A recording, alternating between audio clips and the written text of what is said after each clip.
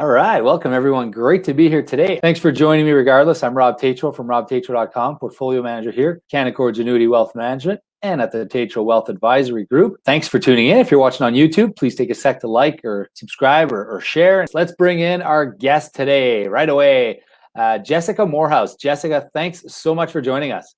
Thanks for having me. All right. So Jessica Morehouse, she's a speaker. She's also a financial counselor. She runs the Mo Money podcast. She's had I think 250 or something episodes. She's been on BNN Bloomberg, CTV, CBC, and a whole bunch of other places. We're thrilled to have you. She's from not so sunny Toronto, Ontario today. No, I don't know. Is it sunny out there? It's actually really sunny today. It may not seem like it from my room because it's very dark, but it's very sunny outside. I kind of woke up this morning and felt a little bit like winter was coming, maybe. It is coming. That's why it's coming. Yeah, it's coming. Winnipeg is a bit of a bleary, overcast day today from Portage in Maine. Let's go through the headlines today, Jessica. I don't know how closely you've been following the headlines, but the Dow was down about 112 points. Last I checked here, the S&P 500 was down as well. 226 points. The Dow was down. The S&P 500 down 8 points. The NASDAQ, on the other hand, has been rallying. That is mostly on the heels of Apple and Tesla. So they had a stock split today. So 5-for-1 split on Tesla. Crazy. It is up 12% today. It is a $2,500 valuation pre-stock split. Now it's $500 per share, and you now have 5 shares for every share you had a day ago or a week ago. That stock was at $100, 5 banger in 3 months. Crazy, crazy. Those cannabis stocks are starting to move a little bit, Jessica. You ever dabbled in any of those? Well, I've got a few in my portfolio, that's for sure. Yeah. Okay. We're seeing the coronavirus updates. The U.S. tops 6 million cases today. The WHO warns against prematurely approving a vaccine. We've had virologists on the show here, and they've told me and they've told us, virologists and epidemiologists, that it was not going to happen in 2020 due to the phase 3 requirement. Now, if they end up skipping the phase 3 requirement for a vaccine, perhaps we will see it in 2020. In Canada, the big news today, I think there were a couple big news. One is, Warren Buffett. So the GDP numbers came out. Before I get to Warren Buffett, the GDP numbers came out. Not sure if you followed that, but the GDP numbers came in at minus 11.5% for the quarter. So that's an annualized rate of roughly minus 40%. However, the good news was that June was the best month ever on record. So we had in the same quarter, we had the worst quarter ever and the best month ever, which seems like an oxymoron, but it happened right in the middle of COVID. Is that something you follow a little bit, the GDP numbers? A little bit, just so I can kind of get a sense for what is happening right now, what's happening in the future. But I still am just kind of living my life day to day and not focusing too much on that because it makes me break out in hives. All right. Well, we don't want that. And I'll get to our host and her qualifications. But basically today, she's going to talk to us all about the financial advice that she gives to her clients, to millennials, to people wanting to start business, side hustles, budgeting, all sorts of really, really neat stuff, social media influencing, public speaking, you name it. She's done it, and she's done it well. So we're really, really thrilled to have her here. I do follow the GDP numbers closely because, well, it's kind of a good indicator of usually a lagging indicator of what the stock market will do, but I digress. TikTok is in the news again because China is basically calling Trump's bluff on TikTok, saying, you know what, if you're not going to let it happen, they're basically calling the bluff. Warren Buffett announced over the weekend that he was investing in 5 Japanese companies as a global value trade. Warren Buffett has long been the value investor in North American equities, mostly U.S. equities, but he did buy a portion of 5 Japanese companies, about 5% of each, I think, and a ton of buybacks, loaded up on buybacks, so buying up his own shares in the market. And the legal pot spending is beating, that's what I wanted to say. Yeah, the legal pot spending beat the black market pot spending for the first time ever in Q2. This is a report from StatsCan, and it's as reported on BNN. So very interesting that now more people are buying legal cannabis than the street variety of the ganja. So Q2, first time that happened. I think it makes a lot of sense when you think about what's going on in the world right now. People need to relax. And I mean, personally, I don't want to go on a street corner and talk to someone scary. I had not thought of that. Yeah. So people, plus it's less contact, less, you don't want to, are they wearing masks when they're doing their transactions? I don't know. Really, I have no idea, but it seems a lot safer to order from a legal company and get it shipped to your house. I would agree. And finally, the last headline of the day was that Novavax agreed to supply Canada with up to 76 million COVID vaccine doses. Seeing that our population is less than half of that, I would imagine that they're anticipating a double dose, I would imagine, Mm. or they're expecting real big population growth over the next few years. No, I'm kidding. I'm guessing it's 2 doses per. Let's get into what you do. Tell me, so Yeah. you quit your job when you were 30. So tell me about Mhm. that, and tell me about, what made you decide to do that and what you do now. Yeah, I guess part of it looking back may have been a little bit of a life crisis. You turn 30 and you're like, what am I doing with my life? Am I happy? No, maybe we should do something radical, like quit my stable corporate job. And also at the same time, within a few months of turning 30, me and my husband bought our current townhouse because it was something that I felt like we needed to do before we turned 30. But it was, yeah, a lot of change happened when I turned 30, but ultimately I'm glad everything happened because it really kind of pushed me to do something I think for years I was scared to do, which was actually follow my passion, which oddly enough is in personal finance, which probably isn't a lot of people's passions. They're probably thinking of like, I'm going to become an artist or a musician. I'm like, no, I want to study personal finance. That's my passion. So I set up my business. I had been working for years on the side as kind of my side hustle, running my blog, my podcast on top of my day job, and started earning some money through advertising and influencer marketing and things like that, and realized maybe I can actually make a full-time job out of this if I did full-time hours dedicating to all of this. And so I handed in my notice after about 3 years at the company and haven't looked back since. So knock I can on tell wood, you, everything's okay. you talk about how very few people have that personal passion. The story you just told could almost be interchanged for what I did in my life. I Oh, was really?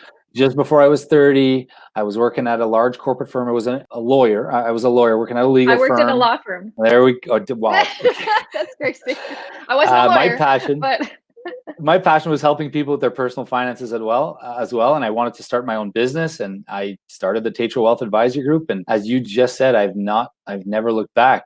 So tell me about what you do now and what you focus on. yeah. So at the beginning of my first year of business, I was trying to figure out like what exactly is this business, and so it's evolved a lot since then.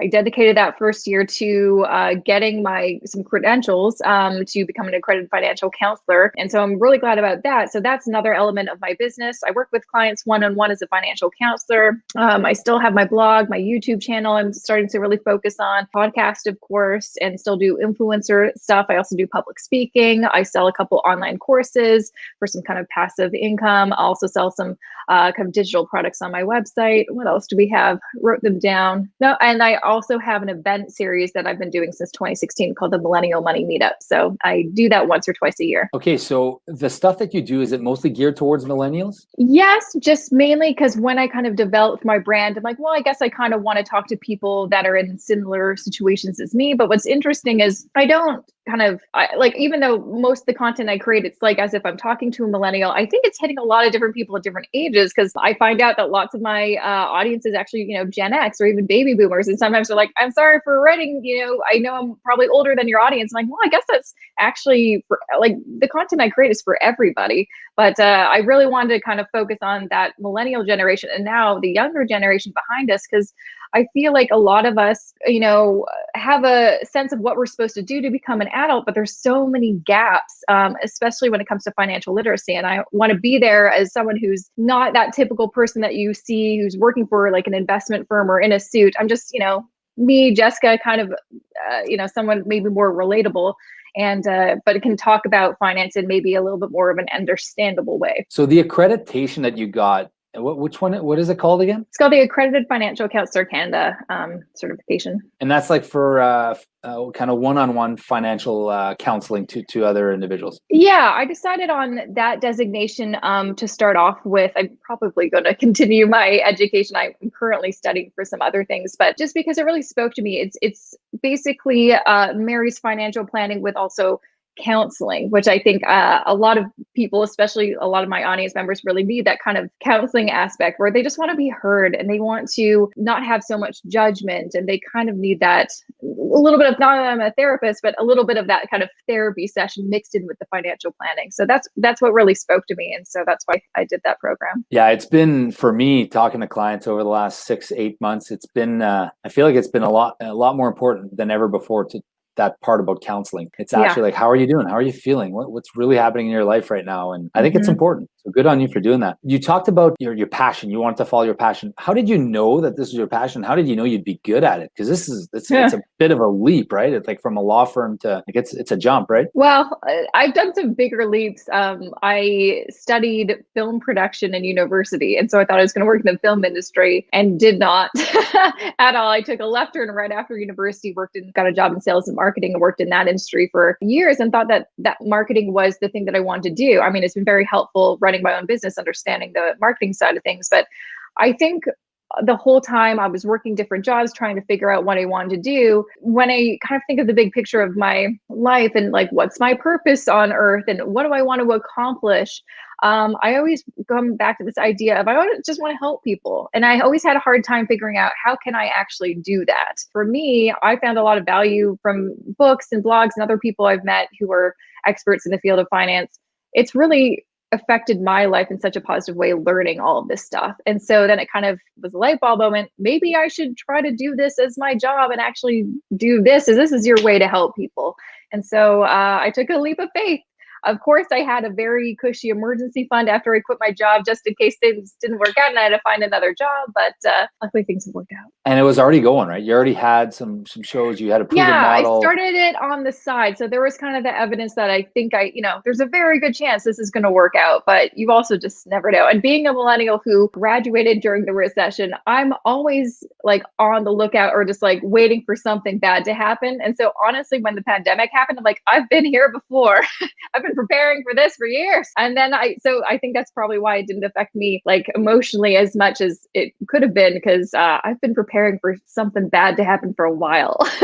Would you call yourself an influencer or a digital media influencer or social influencer? I don't like that term because it definitely, when you think of influencer, you typically think of some girl on Instagram selling gummy bear hair things or something like that. I'm like, that's so not what I do.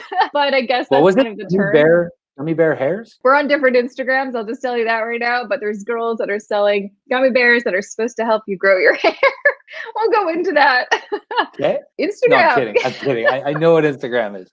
Yeah. I do know what that is. But I guess that's kind of the term I started doing it before that was even really a term. But basically it's just, I have different platforms where I create content. Brands want to utilize me to, amplify whatever that they want, their messaging, their product, their service. And I create content kind of working with them in partnership. So I've been doing that for a number of years. And it's an interesting part of my business. It's definitely evolved a lot because honestly, when I first started kind of doing this several years ago, maybe 5 or 6 years ago, there is, at least in the personal finance community, there was definitely a lot of people that just didn't think that was right or okay. It's like, how can you, share your opinion and also get paid by a company? And luckily that's kind of shifted. And there's lots of things you can do to maintain your credibility, which I have for a number of years. But influencership, a lot of people thought it was going to be a fad, but it's actually a big marketing vehicle now.